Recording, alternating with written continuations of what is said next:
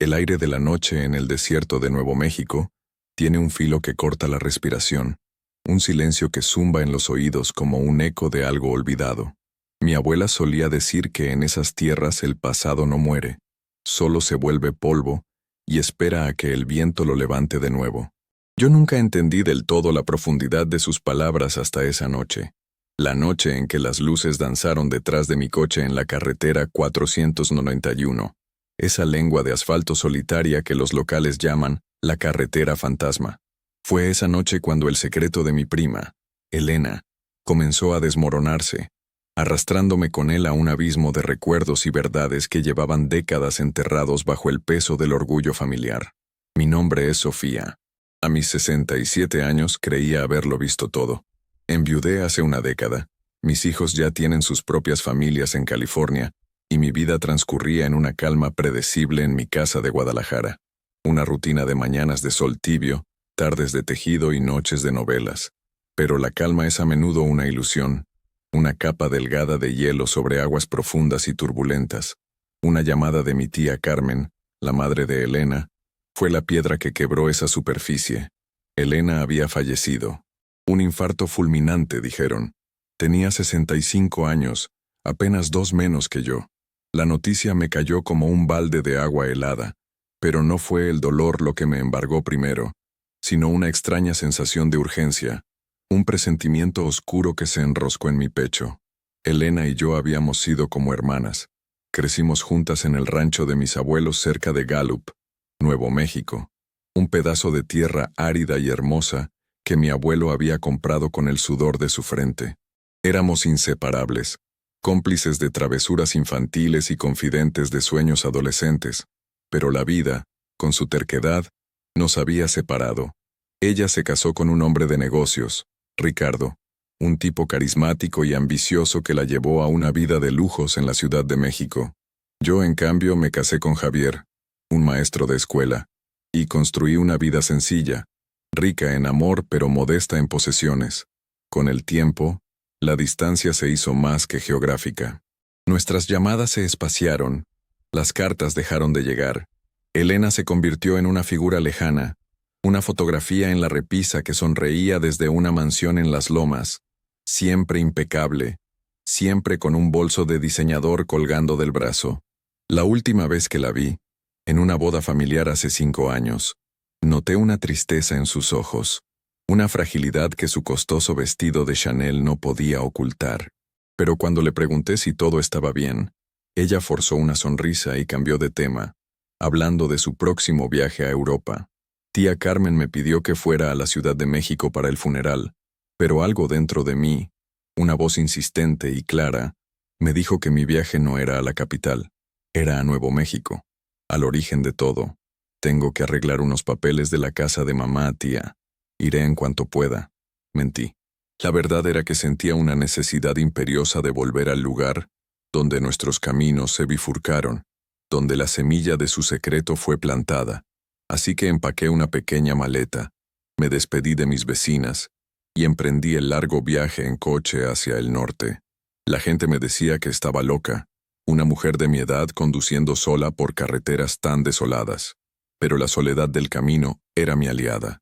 Me permitía pensar, recordar. Recordé nuestras tardes corriendo por los campos, el olor a tierra mojada después de la lluvia, la promesa que nos hicimos bajo un cielo estrellado de que siempre nos cuidaríamos la una a la otra. ¿En qué momento se rompió esa promesa? ¿En qué momento dejé de conocer a la mujer que era mi otra mitad? Mientras más me acercaba a la frontera, más vívidos se volvían los recuerdos, y con ellos, una inquietud creciente. Había algo que nunca encajó en la historia de Elena, una pieza faltante en el rompecabezas de su vida perfecta. Ricardo, su esposo, siempre había sido un hombre de gustos caros y negocios dudosos. Recuerdo una vez, Javier y yo los visitamos. Ricardo no paraba de presumir su BMW último modelo y hablaba de inversiones riesgosas como si fueran un juego de niños. Javier, siempre prudente, me dijo en voz baja esa noche: «Ese hombre vive en una casa de naipes, Sofía». Un soplido, y todo se viene abajo. Sus palabras resonaron en mi mente mientras conducía por las interminables rectas de Chihuahua. Crucé la frontera en El Paso y sentí cómo el aire cambiaba. El desierto de Nuevo México tiene una energía particular, una mezcla de belleza cruda y melancolía ancestral. Al caer la noche, decidí tomar la 491, a pesar de las advertencias. Era la ruta más directa al viejo rancho, y una parte de mí anhelaba el peligro, como si el miedo pudiera sacudirme las respuestas que buscaba.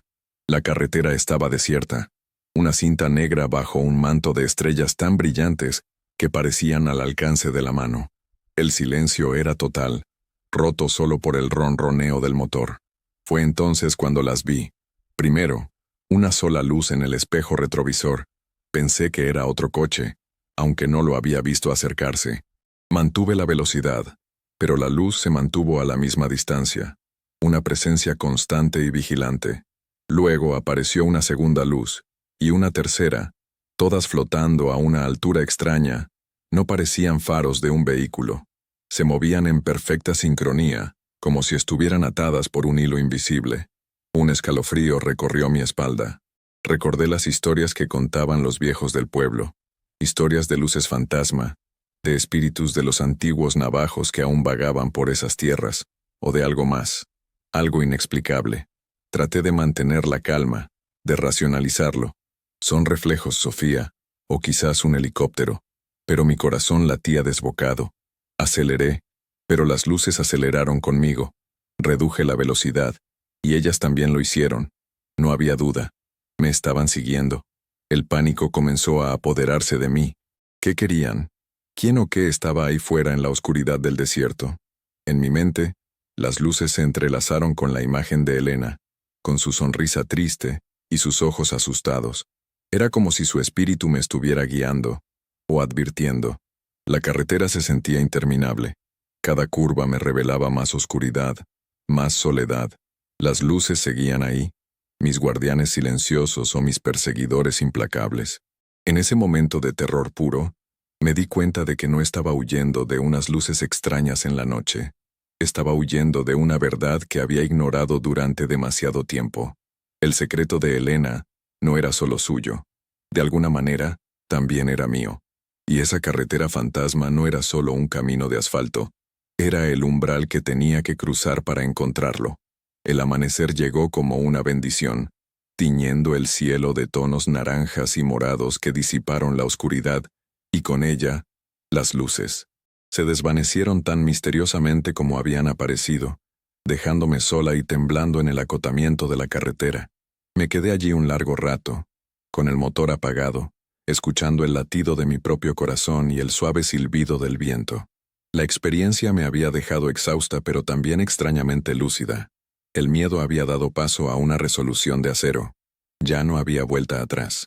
Tenía que saber qué le había pasado a Elena, qué la había atormentado hasta el punto de apagar la luz de sus ojos. Conduje los últimos kilómetros hasta el rancho, sintiendo el peso de los años y de las preguntas sin respuesta. La casa de mis abuelos estaba tal como la recordaba, aunque más vieja, más cansada. La pintura blanca desconchada, las ventanas cubiertas de polvo.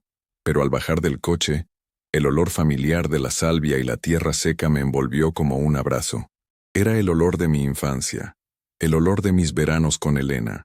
Dejé mi maleta en el porche y me senté en los escalones de madera, observando el sol levantarse sobre las mesetas distantes. La belleza del paisaje contrastaba brutalmente con la fealdad de mis pensamientos. La vida de Elena, que desde lejos parecía un cuento de hadas, se me antojaba ahora como una jaula dorada. Ricardo, con su obsesión por el estatus y el dinero, ¿la había hecho feliz realmente? Recordé una conversación telefónica de hace unos años. Elena me llamó llorando, algo inusual en ella. Hablaba en susurros, como si temiera que la escucharan. Mencionó algo sobre una deuda impagable y un error que lo arruinaría todo. En ese momento, yo estaba lidiando con la enfermedad de Javier y no le di la importancia que merecía. Le dije que se calmara, que seguramente Ricardo lo arreglaría, que él siempre sabía cómo salir de los problemas. Tú no entiendes, Sofía. Nadie entiende, me dijo antes de colgar. Esa frase ahora me taladraba la mente. ¿Qué era lo que no entendía? ¿Qué error había cometido? Mi tía Carmen, en su dolor, Me había contado que en los últimos meses Elena estaba muy cambiada. Se había vuelto reservada, paranoica. Había bloqueado sus cuentas bancarias personales, algo que a Ricardo le enfureció. Decía que era para protegerse, me explicó mi tía. ¿Pero protegerse de quién, hija? ¿De su propio marido? La idea era monstruosa, pero no inverosímil. Ricardo siempre había tenido un lado controlador, una necesidad de manejar cada aspecto de la vida de Elena, desde sus amistades hasta la forma en que vestía. Quizás Elena, al final, había intentado liberarse. Quizás ese había sido su error fatal. Me levanté y entré en la casa. El interior estaba en penumbras, los muebles cubiertos con sábanas blancas como fantasmas dormidos. Todo estaba impregnado de un olor a encierro y a tiempo detenido. Fui directamente a nuestra antigua habitación, el pequeño cuarto que daba al patio trasero. Allí estaban nuestras camas, una frente a la otra, mudos testigos de nuestros secretos de niñas. Abrí el viejo armario de cedro, y el olor a naftalina me transportó décadas atrás. En el fondo, debajo de unas mantas viejas, encontré una pequeña caja de madera que habíamos usado para guardar nuestros tesoros, conchas de río, una pluma de águila, fotografías descoloridas.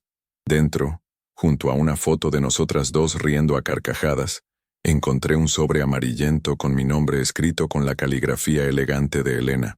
El corazón me dio un vuelco. No tenía fecha. La abrí con manos temblorosas. Dentro había una sola hoja de papel y una llave pequeña y ornamentada. La carta era corta, casi críptica. Sophie, si lees esto es porque ya no puedo seguir guardando este peso. El principio del fin está en la carretera, donde las luces no mienten. Él no puede saberlo nunca. La llave abre la verdad. Perdóname. La carretera. Las luces. Él. Cada palabra era una puñalada. Elena sabía de las luces. No eran una alucinación mía. No eran una leyenda local. Eran reales. Y estaban conectadas a su secreto. Y la llave. ¿Qué verdad habría? ¿Y quién era él? ¿Ricardo? ¿O alguien más? La mención de la carretera me heló la sangre. No era una simple coincidencia. Era un mensaje, una guía que Elena me había dejado desde el más allá. Ella sabía que yo volvería, que buscaría respuestas.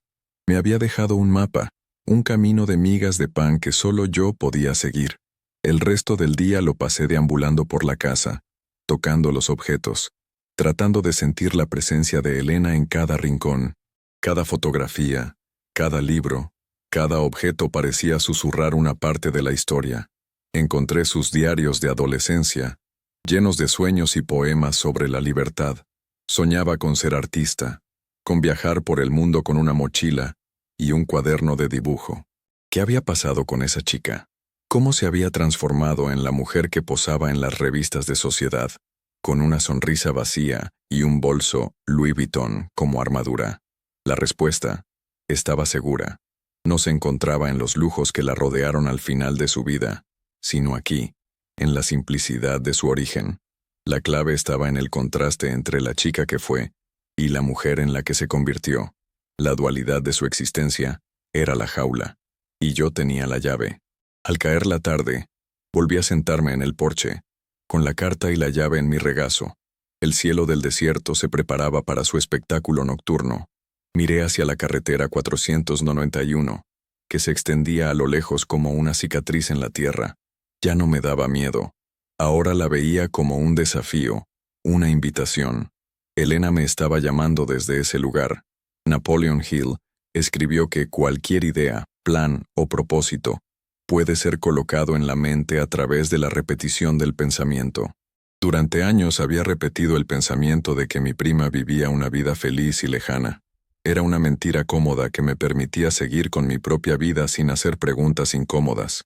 Pero la mente, una vez que se le presenta una verdad, no puede volver a la ignorancia.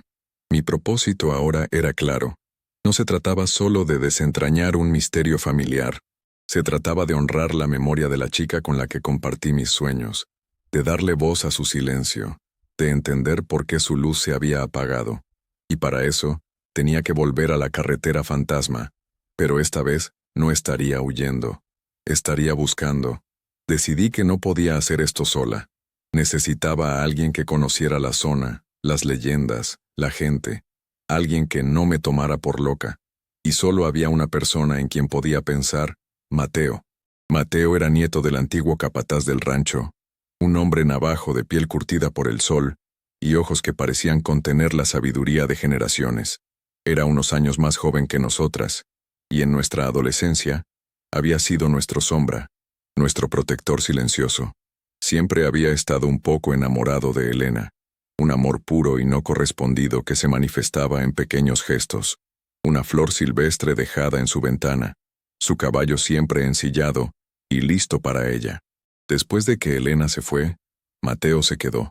Se convirtió en el guardián no oficial del rancho y de sus recuerdos. No sabía si aún vivía en el pueblo cercano, pero tenía que intentarlo. A la mañana siguiente, conduje hasta la pequeña comunidad de Shiprock, reconocible a la distancia por la imponente formación rocosa que le da nombre. El pueblo no había cambiado mucho. Las mismas tiendas de empeño, los mismos puestos de artesanías navajas a la orilla de la carretera. Pregunté por Mateo en la tienda de abarrotes. La mujer detrás del mostrador, una anciana de trenzas plateadas, me miró con curiosidad. Mateo, sí, el nieto de Joseph. Vive en la casa vieja de su abuelo, pasando el río. Me dio indicaciones vagas, pero en un lugar tan pequeño no fue difícil encontrarlo. La casa era una modesta construcción de adobe, con un pequeño jardín de hierbas medicinales en el frente. Mateo estaba en el porche, tallando una pieza de madera. Levantó la vista cuando me acerqué. Al principio no me reconoció. Mis canas y las arrugas en mi rostro eran un mapa de un tiempo que él no había presenciado. Pero cuando le dije mi nombre, sus ojos se abrieron de par en par. Sofía, por todos los espíritus, eres tú. Se levantó y me abrazó con una fuerza que me sorprendió. Era el abrazo de un viejo amigo, un abrazo que contenía décadas de ausencia. Le conté todo: la muerte de Elena, mi viaje, las luces en la carretera, la carta, la llave. Mateo me escuchó en silencio, sin interrumpirme, su rostro serio y atento. Cuando terminé se quedó mirando el horizonte por un largo rato. Las luces no mienten, dijo finalmente, repitiendo las palabras de Elena. Son guardianes, Sofía. Algunos dicen que son espíritus, otros que son viajeros de las estrellas. Pero mi abuelo decía que son testigos. Aparecen cuando algo está mal, cuando se ha roto el equilibrio. Le pregunté si él las había visto. Asintió. Muchas veces. La 491 es una carretera especial. Atraviesa tierras sagradas. Mucha gente ha desaparecido ahí. Otros han visto cosas que no pueden explicar. Tu prima lo sabía. Ella siempre fue sensible a estas cosas. La forma en que Mateo hablaba de Elena, en tiempo presente, me conmovió. Para él, ella no se había ido del todo. Su espíritu seguía ligado a esa tierra. Le mostré la llave. Era pequeña, de bronce, con un diseño intrincado que no reconocí. Mateo la tomó en sus manos y la examinó con cuidado. Esto no es de por aquí, dijo. Parece europea, antigua. De repente, un recuerdo me asaltó. Una conversación con Elena. Hace muchos años. Estábamos en el rancho, y ella me mostraba un libro de arte que había pedido por correo. Había una foto de una caja de seguridad en un banco suizo, y ella bromeó diciendo que algún día tendría una así, para guardar sus secretos más oscuros. En ese momento me reí. Ahora, la broma adquiría un tono siniestro. ¿Podría ser que Elena, la chica del rancho, tuviera una cuenta secreta en Suiza? Parecía sacado de una película, pero su matrimonio con Ricardo la había introducido en un mundo de finanzas internacionales y paraísos fiscales. Era una posibilidad. Mateo, le dije, mi voz apenas un susurro. ¿Crees que Ricardo le hizo daño? Los ojos de Mateo se oscurecieron. Ricardo solo se ama a sí mismo, Sofía, y ama el dinero. Elena era otra de sus posesiones. Una muy hermosa, la que más le gustaba exhibir. La vi con él una vez, en Santa Fe. Estaban cenando en un restaurante muy elegante en el centro. Él la trataba como a una reina, pero cuando creyó que nadie miraba, le agarró el brazo con una fuerza que le dejó una marca. Ella se la cubrió con la manga de su suéter Gucci, pero yo lo vi. Vi el miedo en sus ojos. La imagen que Mateo pintó me revolvió el estómago. Era la confirmación de mis peores sospechas. La vida de Elena no era un sueño, era una pesadilla disfrazada de lujo. Cada bolso Chanel, cada viaje a Beverly Hills, era un barrote más en su jaula. Tenemos que volver a la carretera, Mateo, le dije, con una determinación que no sabía que poseía. Esta noche, Elena me dejó un mapa. Las luces son la primera señal. Mateo no dudó. Iré contigo. Le debo eso a ella, y a esta tierra. Acordamos encontrarnos al anochecer en el cruce que llevaba a la 491. Pasé el resto de la tarde en el rancho, preparándome. No sabía a qué nos enfrentaríamos, pero por primera vez en mucho tiempo, no me sentía sola. Tenía un aliado, y más importante, tenía un propósito. Sentía que cada paso que daba era un acto de amor y de justicia para mi prima. Estaba desenterrando su verdad, y al hacerlo, también estaba desenterrando una parte de mí que había permanecido dormida. La Sofía que se conformaba con la calma y la rutina había desaparecido en la carretera fantasma.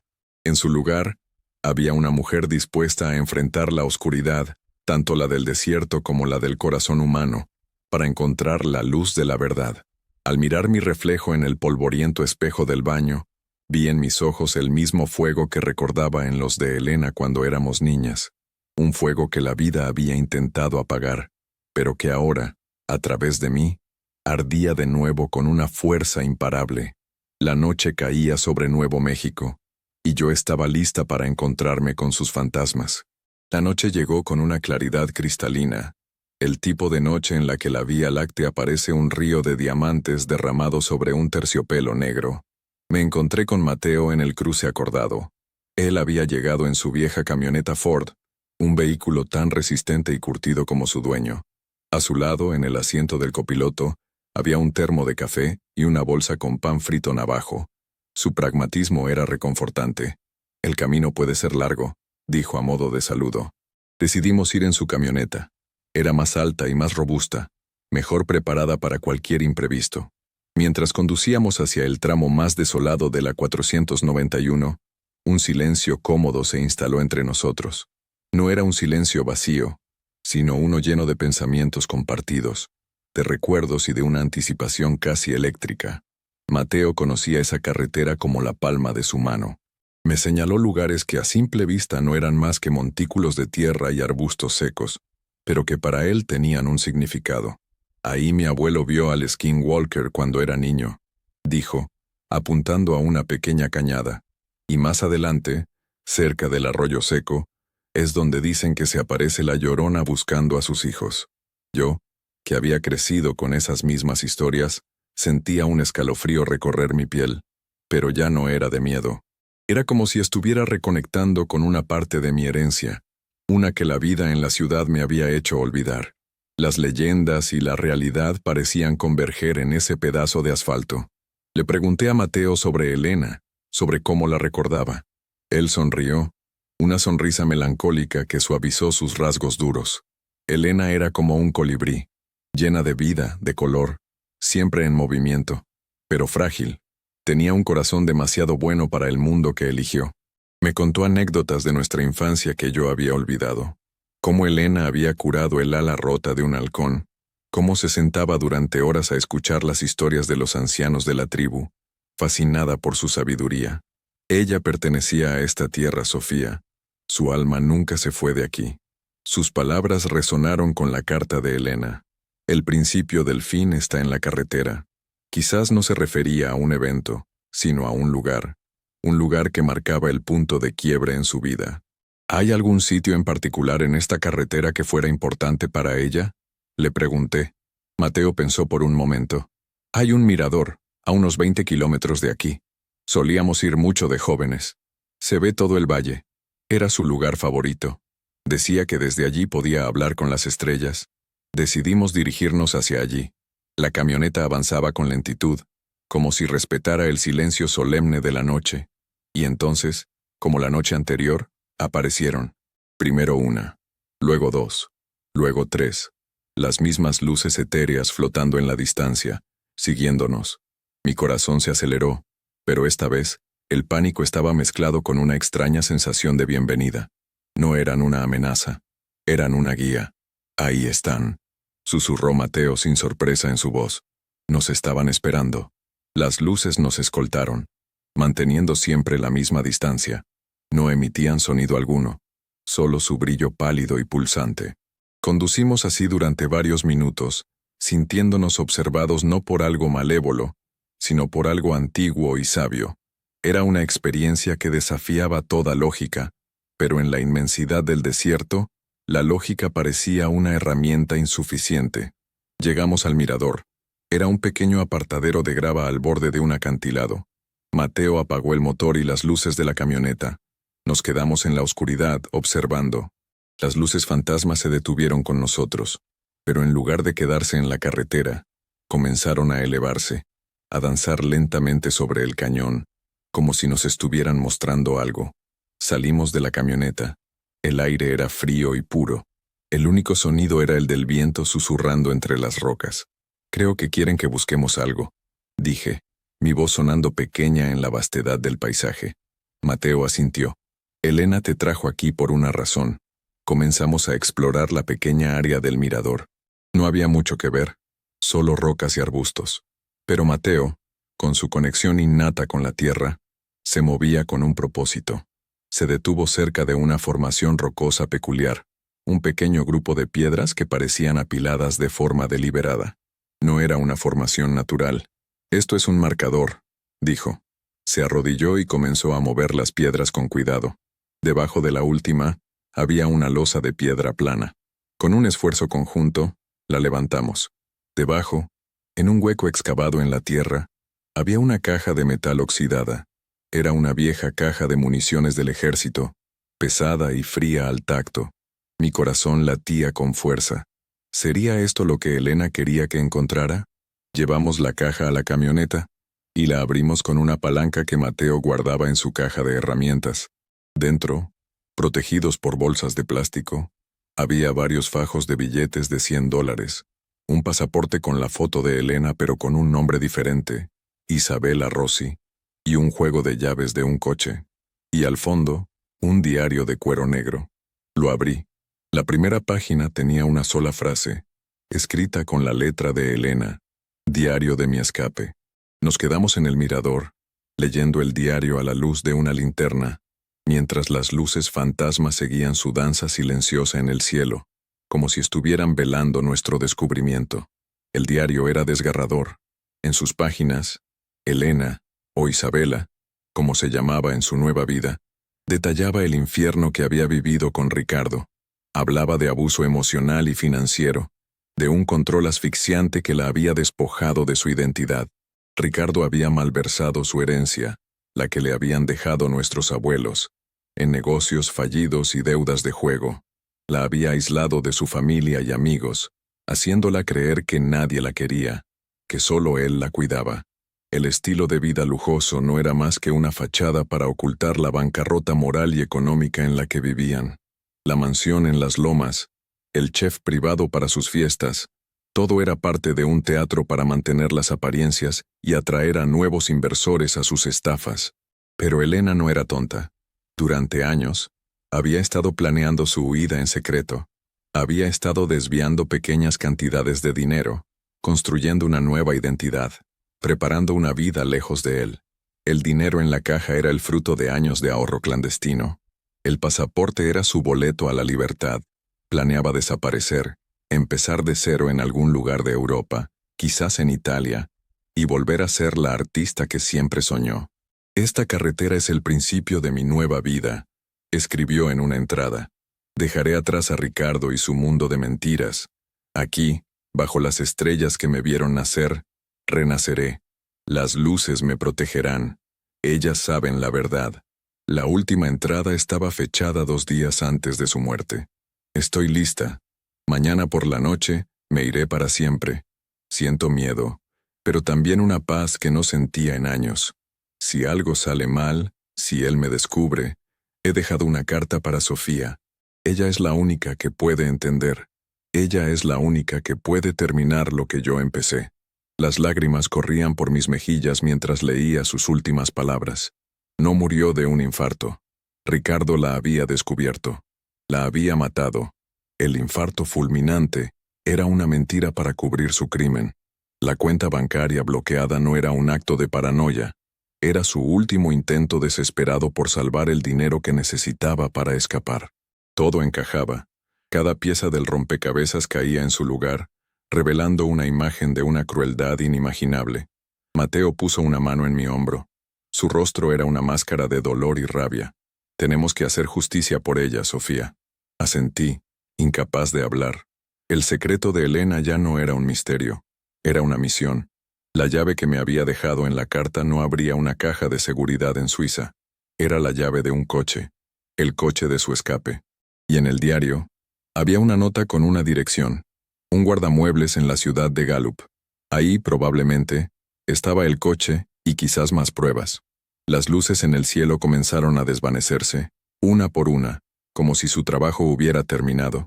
Nos habían guiado hasta la verdad. Ahora, el siguiente paso dependía de nosotros. El sol comenzaba a despuntar en el horizonte, bañando el desierto en una luz suave y esperanzadora. La noche había sido larga y llena de revelaciones dolorosas, pero con el amanecer, sentí nacer en mí una nueva fuerza. Ya no lloraba por la prima que había perdido, sino que me preparaba para luchar por la mujer que había sido, por la justicia que merecía. El secreto prohibido de Elena ya no estaba en la carretera fantasma. Ahora estaba en mis manos, y no descansaría hasta que Ricardo pagara por lo que había hecho. El viaje de regreso desde el mirador fue silencioso y sombrío. El peso de la verdad era aplastante. Elena no había muerto, la habían asesinado. Cada recuerdo feliz de mi infancia con ella estaba ahora teñido por la tragedia de su final. La imagen de Ricardo, con su sonrisa encantadora y sus modales impecables, se transformaba en la de un monstruo. Me sentía culpable por mi ignorancia, por mi comodidad. ¿Cómo pude estar tan ciega? ¿Cómo pude dejar que la distancia nos separara tanto que no fui capaz de ver su sufrimiento? La culpa es un veneno lento, y en esas primeras horas de la mañana sentí que me consumía. Mateo pareció leer mis pensamientos. No es tu culpa, Sofía. Ricardo es un maestro del engaño. Engañó a todo el mundo, incluida a ella, al principio. Sus palabras eran un bálsamo, pero no borraban el remordimiento. Quizás si hubiera insistido más en aquella llamada, si hubiera tomado un avión en ese mismo instante, las cosas serían diferentes. Pero el hubiera es el tiempo verbal de los fantasmas, y yo tenía que lidiar con la realidad. Llegamos a Gallup al mediodía. La ciudad, un bullicioso centro de comercio a lo largo de la histórica Ruta 66, parecía ajena a nuestro drama. Fuimos directamente a la dirección del guardamuebles que Elena había anotado en su diario. Era un lugar anónimo, una de esas instalaciones con hileras de puertas metálicas de colores chillones. Usando la llave del diario, abrimos la unidad número 237. El aire en el interior era viciado y olía a polvo. Dentro, cubierto por una lona, había un coche. No era un coche nuevo ni lujoso, sino un viejo Ford Falcon de los años 60, restaurado con esmero. Era el coche de nuestro abuelo, el que nos enseñó a conducir por los caminos de tierra del rancho. Verlo fue como recibir un golpe en el pecho. Elena no solo planeaba escapar, planeaba volver a sus raíces, a la única vida en la que había sido verdaderamente feliz. En el asiento del copiloto había una maleta. Era pequeña y modesta, nada que ver con las maletas de marca con las que solía viajar. Dentro, ropa sencilla, un par de botas de campo, sus viejos pinceles y un juego de acuarelas. Y debajo de todo, un sobre grueso dirigido a las autoridades competentes. Abrí el sobre con manos temblorosas. Contenía una confesión detallada de los crímenes de Ricardo. No solo el abuso doméstico, sino también sus estafas financieras. Elena había reunido pruebas durante años, copias de documentos bancarios, grabaciones de conversaciones telefónicas, testimonios de otras personas a las que Ricardo había estafado. Había construido un caso sólido y metódico contra él. Planeaba entregar todo a la policía una vez que estuviera a salvo. Era su póliza de seguro y su acto de justicia. También había una carta para mí. Mi querida Sophie, comenzaba. Si estás leyendo esto, es porque mi plan de escape no funcionó. Pero no quiero que llores por mí. Quiero que vivas por mí. Usa estas pruebas para asegurarte de que ese hombre no destruya más vidas. Él me quitó todo. Mi dinero, mis sueños, mi nombre. pero nunca pudo quitarme el amor que siento por ti y por nuestra familia. El recuerdo de nuestros veranos en el rancho fue mi única luz en los años más oscuros. Ahora te paso esa luz a ti. Sé fuerte, sé valiente, haz justicia.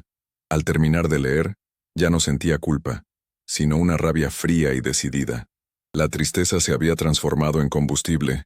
Elena no me había dejado una carga, me había dejado un arma, y yo iba a usarla. Mateo y yo llevamos la caja con las pruebas a la oficina del sheriff del condado. Al principio, el sheriff, un hombre corpulento y escéptico, nos miró con desconfianza. Una historia de luces fantasma, un diario secreto y acusaciones contra un millonario de la Ciudad de México sonaba a locura. Pero cuando empezamos a mostrarle los documentos, las grabaciones, su actitud cambió. Vio las transferencias bancarias fraudulentas. Escuchó la voz de Ricardo amenazando a Elena. La evidencia era irrefutable. Pasamos horas en la comisaría, dando nuestra declaración, explicando cada detalle. El sheriff se puso en contacto con las autoridades federales y con la policía de la Ciudad de México. Se abrió una investigación a gran escala. Los días que siguieron fueron un torbellino de actividad. Abogados, policías, periodistas. Mi tranquila vida de jubilada se había convertido en el centro de un escándalo internacional. La noticia salió en todos los periódicos. Magnate mexicano acusado de asesinato y fraude por su difunta esposa. La cara de Ricardo estaba en todas las pantallas de televisión. Al principio lo negó todo. Contrató al mejor bufete de abogados, uno muy famoso de Houston, para que lo defendiera. Alegó que Elena estaba mentalmente inestable, que todo era un invento de una mujer despechada, pero las pruebas eran demasiado sólidas. La autopsia de Elena fue reexaminada, y los forenses encontraron rastros de un veneno de acción rápida que imita los síntomas de un ataque al corazón. Una a una, las mentiras de Ricardo se fueron desmoronando. Otras víctimas de sus estafas empezaron a hablar, animadas por la valentía de Elena. Su castillo de naipes, como había dicho mi difunto Javier, se vino abajo con un soplido. Yo me quedé en Nuevo México durante todo el proceso. Me instalé en el rancho, que ahora se sentía menos como una casa de fantasmas y más como un santuario. Mateo fue mi roca. Me traía comida, me acompañaba en los largos silencios, me escuchaba cuando necesitaba hablar. Hablábamos mucho de Elena, no de su muerte, sino de su vida. Recordábamos su risa, su terquedad, su inmenso corazón. Al contar sus historias, la manteníamos viva. Una tarde, sentados en el porche, Mateo me preguntó qué haría ahora. La pregunta me tomó por sorpresa. No había pensado más allá de hacer justicia para Elena. No lo sé, Mateo. Supongo que volveré a Guadalajara, a mi rutina. Él me miró con sus ojos sabios. La rutina es cómoda, Sofía, pero tú ya no eres la misma mujer que llegó aquí hace unas semanas. Has despertado a la guerrera que llevas dentro. No la vuelvas a dormir. Tenía razón. La experiencia me había cambiado profundamente. Había descubierto una fuerza y un coraje que no sabía que poseía. La vida me había dado una segunda oportunidad, una misión, y esa misión no terminaba con el encarcelamiento de Ricardo. El juicio fue largo y mediático. Tuve que testificar, contar mi historia, leer fragmentos del diario de Elena. Fue uno de los momentos más difíciles de mi vida. Sentía los ojos de Ricardo clavados en mí, llenos de odio, pero yo no lo miraba a él. Miraba al jurado, a la gente, y les hablaba de mi prima, la chica del colibrí, la artista que solo quería ser libre. Ricardo fue declarado culpable de todos los cargos: asesinato en primer grado, fraude, extorsión. Fue sentenciado a cadena perpetua sin posibilidad de libertad condicional. Cuando el juez leyó el veredicto, no sentí alegría, sino una profunda sensación de paz. Se había hecho justicia. La luz de Elena finalmente podía descansar. Después del juicio, me tomé un tiempo para mí. Usé una parte del dinero que Elena había dejado en la caja para restaurar el rancho. Le devolví su antiguo esplendor. Planté un jardín de flores silvestres en su honor. Decidí que no volvería a Guadalajara. Mi lugar estaba aquí, en esta tierra que nos vio nacer, la tierra que guardaba el alma de mi prima. Convertí el rancho en una fundación con el nombre de Elena, un refugio para mujeres víctimas de abuso doméstico, un lugar donde pudieran encontrar seguridad, apoyo y las herramientas para empezar una nueva vida, un lugar donde pudieran, como Elena soñaba, renacer. A veces por la noche, conduzco por la carretera 491. Ya no me da miedo, me siento protegida, acompañada. Las luces fantasma no han vuelto a aparecer. Supongo que su misión, como la mía, ha terminado, pero sé que siguen ahí, velando, siendo testigos silenciosos del equilibrio frágil entre la oscuridad y la luz. El secreto de Elena me enseñó que la verdad, por muy dolorosa que sea, siempre es liberadora. Me enseñó que el amor y la lealtad trascienden la muerte, y me enseñó que nunca es tarde para encontrar nuestro propósito, para encender nuestra propia luz y luchar contra la oscuridad. La vida de mi prima no fue en vano. Su historia, su sacrificio, se convirtieron en una semilla de esperanza para muchas otras. Y yo, su prima, su hermana, su confidente, me convertí en la guardiana de esa esperanza. Gracias por llegar hasta el final de esta reflexión. Si estás leyendo esto, quiero que sepas que no estás solo. Ahora, te invito a un momento de calma. Voy a compartir una oración. No importa tu religión, sino tu fe. Una oración pensada para ayudarte, para abrazar a todos los que en silencio luchan, sienten, esperan. Solo cierra los ojos un instante y deja que estas palabras te acompañen. Ten fe, todo va a estar bien. Orar, encenderse por dentro. Hay dolores que nadie ve, dolores que no gritan, no sangran, pero pesan como un velo sobre los hombros. Esos que uno carga en silencio, tratando de entender, de seguir, de soportar. Pero hay un momento, y yo he estado ahí varias veces, en que el esfuerzo cansa, la mente se rinde, y algo dentro de uno se arrodilla, no por debilidad, sino por verdad. Es en ese instante cuando la oración comienza, o mejor dicho, aparece. No esa hecha con palabras bonitas o promesas apresuradas, sino la que brota de un lugar tan profundo, que ni siquiera tiene nombre, como un susurro del alma diciendo, ya no puedo sola. Orar, descubrir, no es pedir, es recordar. Recordar quiénes somos cuando el ego se aquieta. Recordar que la vida también late en lo invisible, que hay un centro en nosotros donde todo descansa, y que, aunque por fuera todo parezca derrumbarse, ese centro permanece. A veces, orar es simplemente cerrar los ojos y recogerse como una flor que siente el frío de la noche. Es permitir que una presencia suave nos envuelva, no como magia, sino como sustento, como quien dice sin prisa, aquí estoy, incluso ahora. La oración, o la súplica, no cambia el mundo, pero cambia a quien ora. No evita los dolores, pero transforma la forma en que atravesamos cada uno de ellos. Nos da una mirada más tierna, un corazón menos endurecido, un paso más firme, incluso en la oscuridad. Es como si, por un instante, el alma flotara por encima del tiempo y regresara al cuerpo con más paz. No una paz ruidosa, sino esa que solo quien ha pasado por el caos puede reconocer. Orar es afinar la escucha. La mente se calla y la intuición despierta. Las respuestas no siempre vienen en palabras. A veces son solo percepciones, toques sutiles, un calor en el pecho.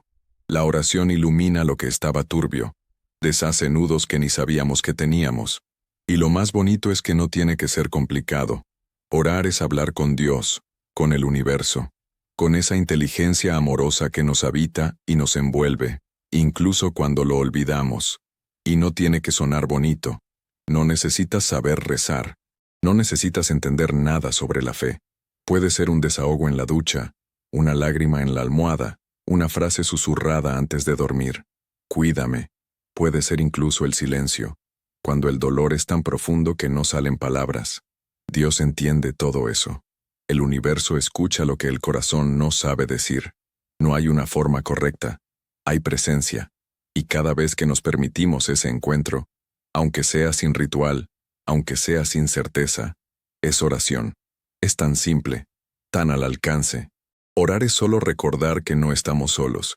Y entonces, un día, sin darnos cuenta, nos volvemos oración. La forma de caminar, de tocar, de callar, todo empieza a vibrar distinto. Ni siquiera hace falta decir nada. Solo estar ahí ya es oración viva. Y hasta en los días en que no logramos orar, y sí, hay días así, el alma sigue orando por nosotros. El espíritu no olvida de dónde viene. Al final, orar es eso, encenderse por dentro y dejar que esa luz nos guíe, incluso cuando no sabemos el camino. Gracias por acompañarme en esta historia. Si te ha conmovido, si te ha hecho pensar, déjame un comentario y sigue nuestro canal para más relatos que tocan el alma. Me encantaría saber qué historias te gustaría escuchar, qué asuntos te preocupan. Cuéntame, ¿desde qué rincón del mundo me lees? Vuestra compañía es mi mayor motivación. Como un pequeño gesto de agradecimiento por vuestro apoyo, he dejado en el primer comentario fijado unas recetas de tés relajantes y unos postres sin azúcar que a mí me ayudan a encontrar un poquito de paz en el día a día. Espero que os sirvan. Gracias por ayudar a que este canal crezca. Que Dios los proteja a todos.